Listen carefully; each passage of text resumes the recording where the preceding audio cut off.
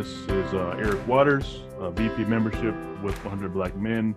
I have an expert on student loan repayment here in Michael Tindall. Did you want to introduce yourself, talk about your expertise? Hi, my name is Michael Tindall. I am the Senior Loan Accounts Advisor of a major university here in Milwaukee. I've been doing it for about 20 years. This is to say that I'm a bill collector. I collect student loans that are owed directly to the school, and that'll be one of the first things I tell students. But we figured out years ago that the easiest way to do my job is to simply help students do what they're supposed to do. If students are doing what they're supposed to do, there is no problem. And that's what I'd much rather help people do, is do it correctly the first time than have to fix what they break. So for many years, what I've been doing is sitting down with students and actually helping them figure out where their loans are, who they owe the money to, what can be done with it. Are they eligible for things, cancellation or forgiveness programs, if they're interested in doing something like that? How does it have to be set up in order to do it correctly? Does it make sense for students to consolidate and things like that? And then I'm helping them actually carry those things out. In my experience, everybody wants to be on time. Nobody wants to be delinquent, but they also don't know what they're doing. And if they don't know what they're doing, it is only a matter of time before they start to screw this thing up, and it becomes my problem anyway, because somebody's getting handed to me to try and fix. And again, I'd rather help you do it correctly than have to fix what you break. So that's kind of how we've been doing things for a long time. And it's interesting because I don't know many schools that do things this way. And it's astounding to me that they don't, because we have extremely low default rates, extremely high collections, and our student body seems to be really on board with it. The first thing that they do if they run into problems is they call our office and see what we can help them out to do. So I've actually been very pleased with that. But I work very closely with several of the programs at our school and with the students there. I work with just about everybody who contacts me, but I work very directly with certain programs because they've asked me to present to them. And I work very closely with a lot of medical students especially. I'm used to dealing with people who owe abstractly large amounts of student debt. The highest number I've seen was just shy of $800,000 of federal student loans. Now that's unusual, but I'm used to dealing with people that owe extremely large debts. And I can tell you, and one of the things I tell everybody is that if you're late with your student loans, it's because you're doing it wrong. There are so many things built into the student loan realm to help borrowers stay on track somehow, whether it's income-driven repayment plans, public service loan forgiveness, 20 and 25-year write-offs. There's deferments and forbearances. There are so many things that a student can do to have their loans be on time, regardless of what their situation is. And it's usually just a matter of exercising one of those options.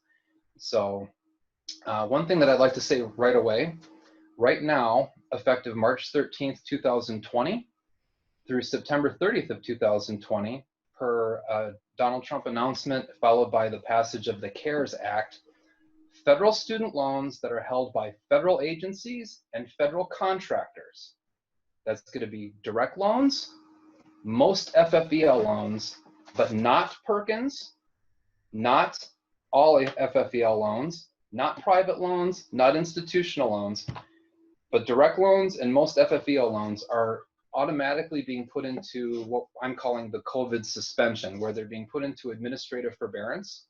It stops interest accrual, interest capitalization, billing, and most collection attempts. It also stops most negative credit reporting. So right now is a good time, if people are having a problem with student loans already, to maybe get a handle on that. For people who would actually be accruing student loan interest right now, that is actually stopped. This is a very good time. If you have to owe student loans, this would be a good time for it. And then, because the new interest rates have actually been announced, the new interest rates next year are going to be 2.75% for undergrads, 4.3% for graduate students on Stafford loans, and 5.3% for Grad Plus loans. This is the lowest that these loans have ever been. This actually is lower than the lowest that we ever hit about 20 years ago when interest rates were still variable. These are fixed rate loans. So next year, if somebody takes out a loan, a federal loan, they're actually taking it out at one of the lowest interest rates that's ever been offered. And that's a fixed rate. That rate will never change for that portion of their loan. So if you have to be borrowing, this upcoming year is a very good year to be doing it. You have shared a mouthful with us, Michael, and I want to definitely dig into some of the things that you have mentioned. I think we'll start off just by walking us through the different types of repayment plans that are offered and Good how they question. differ. Okay, now first of all, if a person is interested in public service loan forgiveness, there is only specific plans that qualify. Okay, the plans that are available, by default, everybody's federal loans start life on the standard plan, which means 10 years on a Stafford loan or a Grad Plus loan. The standard payment plan means actually something different on a consolidated loan. It means 10 to 30 years, depending how much you owe. If you owe more than about $7,500 on a consolidated loan, the standard plan will mean at least 12 to 30 years. But by default, people's loans start on the standard plan. They also have access to the extended, the graduated, and the extended fixed and the extended graduated plans. I hate graduated plans. You will always pay more on a graduated plan than you will on any other plan, number one. Number two, if you're doing public service loan forgiveness, you do not want to be on these plans. The payment plans that qualify for public service loan forgiveness are any one of the income-driven repayment plans, or IDR, which are the pay-as-you-earn plan, and that is by far the best one. It is the only payment plan that will give a doctor, a dentist, a lawyer, a physician's assistant, a PT, or anybody who has graduate or professional training. If you went to grad school, for example, the only payment plan that will give you a 20-year write-off is pay-as-you-earn. All the rest of them, it's a 25-year write-off minimum. There's the revised pay-as-you-earn plan. I consider this one the consolation prize for people who didn't qualify for pay-as-you-earn. Pay-as-you-earn was almost too good. Revised pay-as-you-earn, the monthly payment is usually about the same, and if you're an undergrad, it's still a 20-year write-off, but for a graduate student, it's 25. There is the income-based repayment plan, the income contingent repayment plan. Those are the 4 income-driven repayment plans, or IDR. Now, if you're doing public service loan forgiveness, the only way to benefit is to use an income-driven repayment plan to drive down the monthly payment, to pay less than you would have paid anyway, and then to run off the clock while doing your public service job for 10 years and making what they call 120 qualifying payments. Now, right now, public service loan forgiveness is still a possibility. Some things are governed by law, some things are governed by regulation, some things are governed by policy, some things are governed by contract. Unfortunately, student loans have a strong component deeply rooted in contract law. When people sign a promissory note for a direct loan, they are signing a contract. And I can quote without even looking at it, the text that gives us public service loan forgiveness on page 17 of 17 on the current promissory note says, the public service loan forgiveness program is also available. Under this program, we will forgive the remaining balance due on your eligible direct loan program loans after you made 120 payments on those loans after October 1st of 2007 under certain repayment plans or employed full-time in certain public service jobs. The required 120 payments do not have to be consecutive. Qualifying repayment plans include the revised pay-as-you-earn plan, the pay-as-you-earn plan, the income-based repayment plan, the income contingent repayment plan, and the standard repayment plan with a 10-year repayment period. That's what gives us public service loan forgiveness on a consolidated loan. And if a person either takes out their federal student loans sometime since the time that came into being as of October 1st, 2007, until some nebulous point in the future when the rules might change, those are the terms that they just signed up for when they took out that loan. If a person consolidates now, that's exactly what they're signing up for. Now, the current promissory note expired on 4/30 of 2019. It expired over a year ago. The rules could be changed overnight. They could change very quickly. The public service loan forgiveness has been on the chopping block for years, and there's been many attempts from 2 different presidents to actually get rid of it, and none of them have gone through. We still have the program for the time being. And if a person is interested in public service loan forgiveness, it might be a wise idea for them to consolidate soon to kind of lock it in, to get while the getting's good. And if a person was to do that, even if the rules change, well, it changes for new people, but it doesn't change for people who've already signed the contract. They can change the terms of a contract that's being offered. They can't change the terms of a contract that's already been signed. So that is still a possibility, but I have no idea for how long. Those rules could change very soon. And a borrower who is starting school today, I can't guarantee that by the time they graduate that those programs will still be offered, or they will be offered in their current form. So when a person signs their promissory note, they should actually read it. I know that's asking a lot of people, but they really should read the contract before signing it, because it's really hard to say what they might be signing away or signing onto. A person who takes out a current direct loan is locking in eligibility for public service loan forgiveness, assuming that they don't sign some new contract later on. My favorite payment plan by far is the pay-as-you-earn plan. As I said, it's the only payment plan that will give a graduate student a 20-year write-off. The payment amount will be the lowest amount that it can be. It's based on 10% of discretionary income. The payment is capped. They'll never demand more than what it takes to pay the debt in 10 years on the pay-as-you-earn plan. You could choose to pay more. If you're trying to pay the debt to zero, that's what you know you might need to do, but they'll never demand more than what it takes to pay the debt in 10 years. That's perfect if what you're trying to do is run out the clock in 10 years for doing public service loan forgiveness. While you're on the payment plan, remember the payment is capped. They'll never demand more than what it takes to pay the debt in 10 years. But while the payment is less than what it takes to pay the debt in 10 years, which it should be almost all the time for almost everybody, it kicks in a provision where the government suspends interest capitalization. They will treat your compounding interest loan much more like a simple interest loan, and that's a very good thing for you, especially if you're not paying the debt aggressively yet. If you plan to pay the debt aggressively later, for public service loan forgiveness, it's almost irrelevant because the idea was never to pay off the interest. The idea was to run off the clock. For people that are doing a long-term write-off, on pay-as-you-earn, if you still owe the money after 240 payments, after you've made 20 years of payments and you've made 240 payments on the plan, the government would also forgive the remaining balance. But under the 20-year write-off, the amount they forgive is probably going to be considered taxable income. If it happened today, I would have to tell you that, first of all, congratulations. And what's probably going to happen is the amount that the government just forgave would be reported to you on a tax form called a 1099-C that reports forms of income that were created by the cancellation or forgiveness of a debt.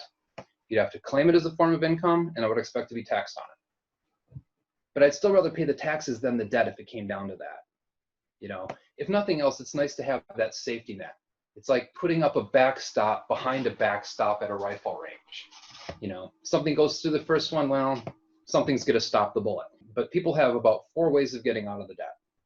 One is to pay the debt to zero.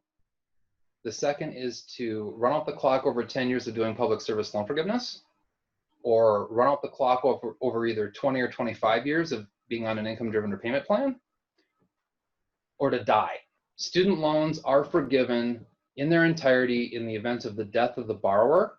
If you are married, the debt does not become your spouse's does not become their problem. That does not become their obligation unless they jointly refinance or jointly consolidate, in which case it becomes the joint and several responsibility of all parties involved. Consolidating jointly or refinancing jointly is a bad idea. Don't do it. Now, pay-as-you-earn is based on 10% of discretionary income. Revised pay-as-you-earn is based on 10% of discretionary income, but there is no payment cap. If you make too much money, the monthly payment will just keep on rising. On pay-as-you-earn, if you make too much money, the payment will level out. Income-based repayment is based on 15% of discretionary income, and that is capped as well. The payment will level out. Income contingent repayment is kind of a mostly obsolete payment plan, but it still comes up for people that have Parent Plus loans sometimes. It's based on 20% of discretionary income, or what it takes to pay the debt in 12 years, whichever is lower. And that one has no cap. The payment would just keep on rising if your income keeps going up. The other plans are based on what it takes to pay the debt in a set period of time. And it can be very difficult to even explain income-driven repayment plans to people, especially bankers. Bankers do not understand loans whose payment is not going to pay off the debt in a set period of time. What do you mean a monthly payment of zero? That doesn't make sense. Well, on the pay-as-you-earn plan, and any of the income-driven repayment plans, it's fully possible to have a payment of zero. And a $0 payment counts both as for public service loan forgiveness purposes and towards 20-year write-offs. And I'd much rather be in a $0 payment plan than be in a deferment. In a deferment, you're using up deferments. You're not making payments. On a $0 payment plan, you are making payments. The payment just happens to be zero. And you're not using up deferments. and you're running out the clock. And that can be a really good way of doing things. In fact, one of the things I always tell my students, and this is kind of maybe jumping ahead on your questions, file taxes during your senior year. Oh, but I didn't make any money. It'll cost me money to file my taxes. What's the point? That's exactly the point. How do you prove that you make no money? Any suggestions? Nobody writes a letter that says not only do they not work here, they don't work anywhere else either. But if you file taxes, it's a matter of public record. And for the next 2 years, or until the next time you file taxes, whichever comes first, the system is naturally inclined to look at your adjusted gross income from the most recent tax return and use that as the measurement of your income. Taxes, by their nature, pull up a year that has already ended. People tend to make more and more money over time at the same job. So if they want to step that back a year or two and use a previous year when you made less money, I say let them. Taxes, by their nature, pull up a year that has already ended. Well, what if you only worked half the year? This is all that it sees. So if people file taxes in their senior year when they're making nothing, until the next time they file taxes, their income is zero, according to what the government is naturally inclined to look at. So if a person files taxes in their senior year, I can almost assure them that probably until the next time they file taxes, I could probably set their monthly payment at zero for at least 1 year. I'd rather be in a $0 payment plan than a 6-month grace period. And depending on timing, it might make sense to run out their grace period, put them in deferment, then set up a $0 payment plan for 12 months. That's almost having like a 2-year grace period nearly. And that's one of those things where if you do it correctly up front, if you go into this with a little planning, if you file taxes before this all happens, we can set this up better later on. If I'm being asked for one single piece of advice, file taxes during your senior year. Now, if a person is working, if a person's spouse is married and their spouse is working, it can be different because it might be looking at their income as well. But you have to understand how the government determines discretionary income. Your discretionary income is your adjusted gross income on taxes minus 150% of HHS poverty line for a family of your family size in your state. Well, right now, HHS Poverty Guideline, I believe, is $12,760. Multiply that times 1.5, you get $19,140. So if we can prove that you make less than $19,140, your payment would be zero for 12 months. And with a little bit of planning, that is something that can be set up, and that counts if you're doing public service. If you get a job in public service, which is so very likely for certain people in certain jobs, people in the education realm, people in the medical realm, things like that, we could set it up where almost from the moment that we've done what we need to do and you start working, you're actually making $0 payments. You're working your way through the program, paying zero for the first 12 months. And then what does the system probably see the second year? No more than half a year's worth of income for most people, because they work they're in school the first half of the year, they graduate, and now they might start working sometime over here. Well, the system's only seeing that half of the year. So then the second year is based on only half a year's worth of income. The third year is when the system is likely to see a full year's worth of their income instead of only part. And then if they're doing public service, that means that they've got 2 easy years down, and now they've got 8 years to go. It's one of those things where with just a little bit of effort, we can do this correctly. Now, if you take adjusted gross income, subtract 150% of HHS poverty line, divide that number by 120, that will be your monthly payment on the pay-as-you-earn plan. So it's actually pretty easy to calculate. If it were me, I would be on pay-as-you-earn if I still had student loans. I set up my own daughter's loans for that purpose on that plan because she works in a public service environment. And that's what I would do. Now, you asked about consolidation versus refinancing. Yep. Those are two different things. Federal consolidation is a federal program where you're taking out a new federal loan that pays the old federal loans. It is a form of refinancing. But in a federal consolidation, they will take the balanced weighted average interest rate of everything that goes into the consolidation. They will round that number up to the nearest 1/20 of a percent. In a federal consolidation, your interest rate always rises at least slightly, but it's often possible to mitigate that.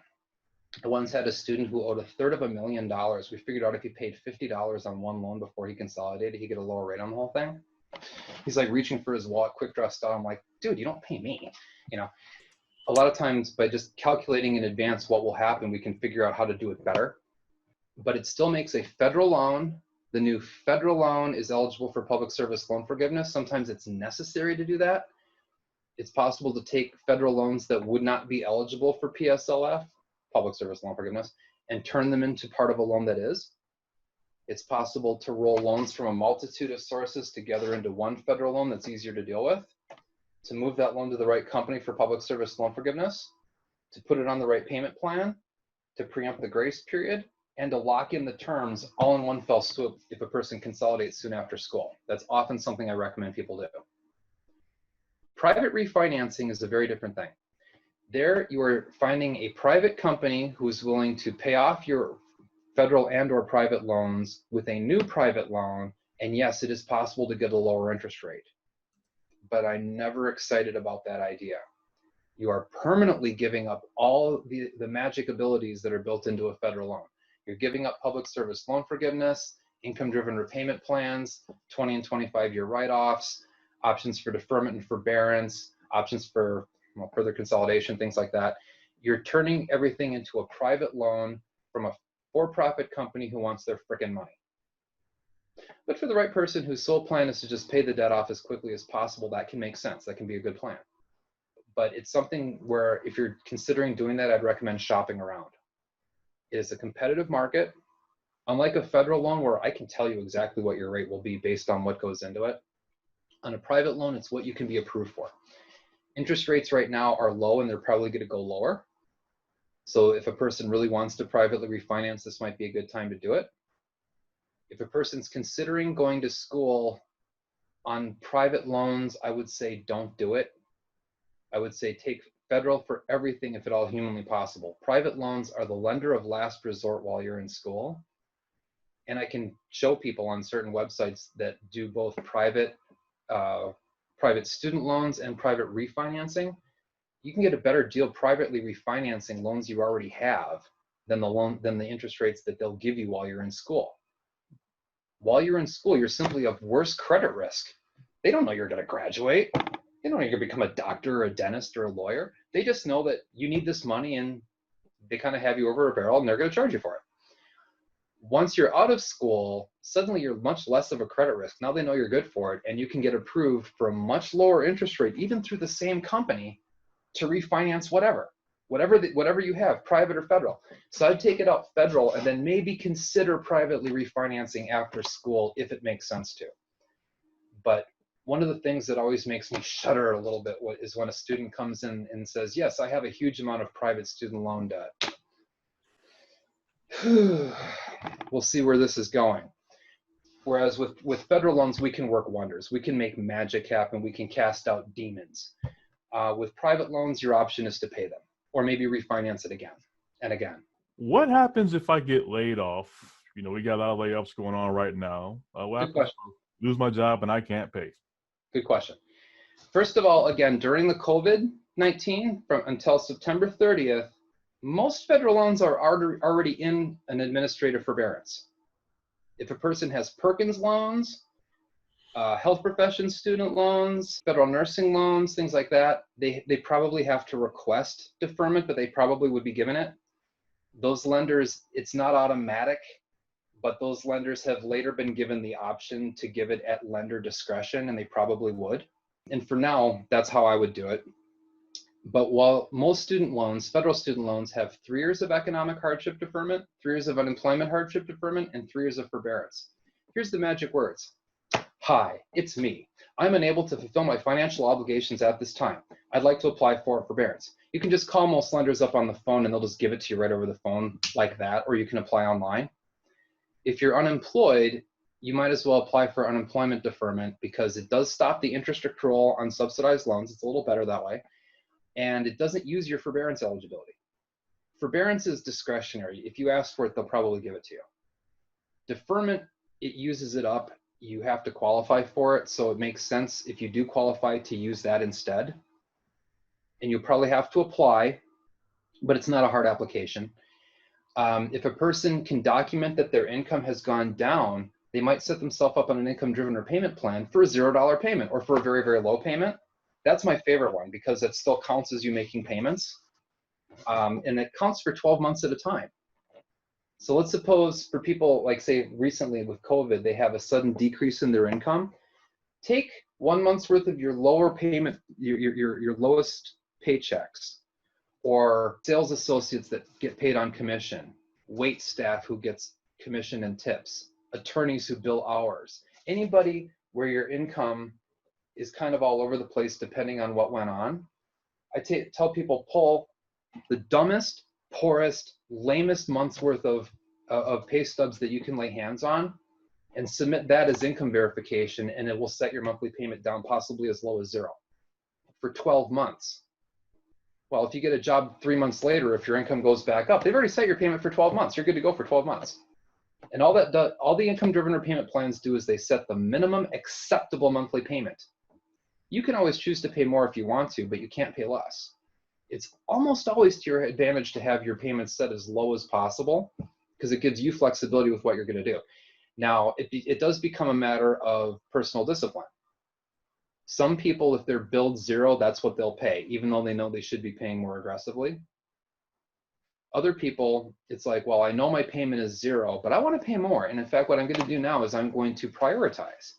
I'm going to dump as much, I'm going to pay the minimum on everything, and I'm going to dump money on the highest rate, most obnoxious debts that I have first. Or what I really want to do is finish paying off my car. Or I want to set aside some money for the down payment on the house, the wedding ring, the wedding itself. Students graduating have big, expensive sounding plans. And coming out of school to have your payment be set very low is almost always to your advantage. The only situation I ever found where it's advantageous to have the monthly payment jacked up is if you're getting an insurance settlement where they have to pay your student loan debt for you on a monthly basis. Or if you have a job like working for the Senate, and there's a plan where they will pay your monthly bill, fine, jack that thing up as high as they'll let you go. But if you're the one making the payment, to have the required payment be low just simply gives you maximum flexibility. And I almost always recommend it that way. If a person becomes unemployed, another thing I tell them, contact the unemployment office immediately. Unemployment benefits go by the week. Every week that you put it off, figuring, oh, I'll get to it next week, I'll get to it next week, is a week you will never get paid for. If you apply up front, it might take weeks to be approved, but they'll pay you back.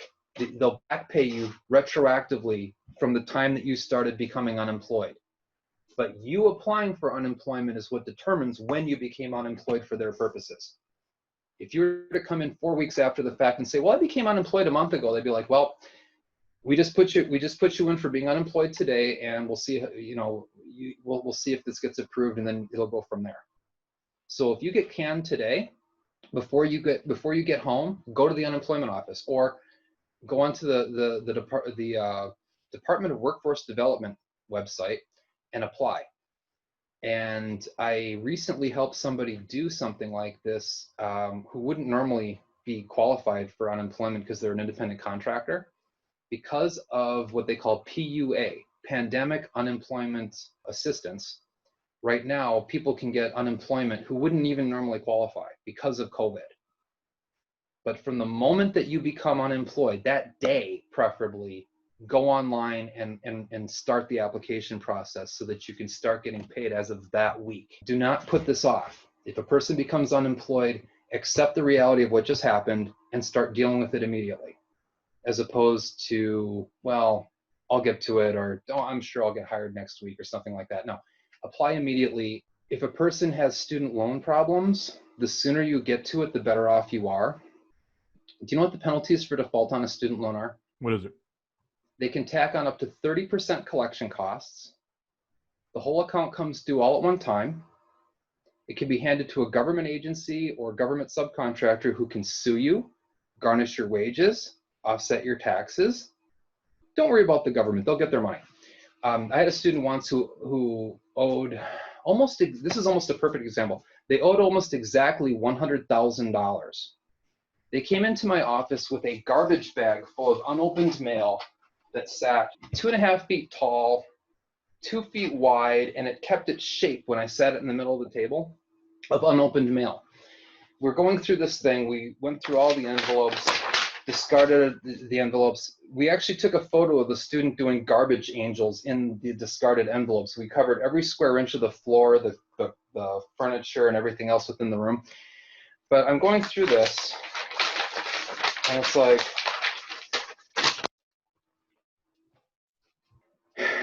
you know that they're going to send your whole account to a collection agency today, right? This person owed almost exactly $100,000. So they were looking at about $30,000 of collection charges to be applied that day. We made a single phone call where we just said, "Hi, it's us. We're unable to fulfill our financial obligations at this time. We'd like to apply for forbearance." This is on the old system when it was still in real time. We're sitting here refreshing the screen, and we could see the money. We could see the money move out to default resolution group. We saw the money move back because we're on the phone with them, and then we saw the due dates change because they gave it to us line by line. If we would have called 5 minutes later, I don't think it would have worked. If she would have come in today, she would have already been 4 days too late. At that time, they sent defaulted loans to an agency at 365 days past due. Now it's 360. But literally, one phone call to the lender will probably solve the problem. People should be aware that it is possible for them to have more than one federal lender, especially if they attended more than one school or if they borrowed money from the school. That's also possible, in which case call each one. But the first things that I would do upon becoming unemployed would be to call the unemployment office, and then to go in and either defer my loans or wait till my income drops. And that could be an unemployment check. But as soon as I can document a drop in employment and in income, I would then go in and have them set you up for an income-driven repayment plan, or re-verify income for an income-driven repayment plan so that it sets the monthly payment much lower. If that's not an option, then put everything into deferment or forbearance. That's a lot. What other questions? That's all we got, Michael. That's all I got. Oh, it's been a pleasure. If there's anything else, feel free to drop me an email. Will do. Definitely appreciate your time and expertise on this. And have a great day. To re-summarize, fall taxes in your senior year. Federal consolidation is almost always better than private. Certainly, federal loans are always better than private loans while you're in school.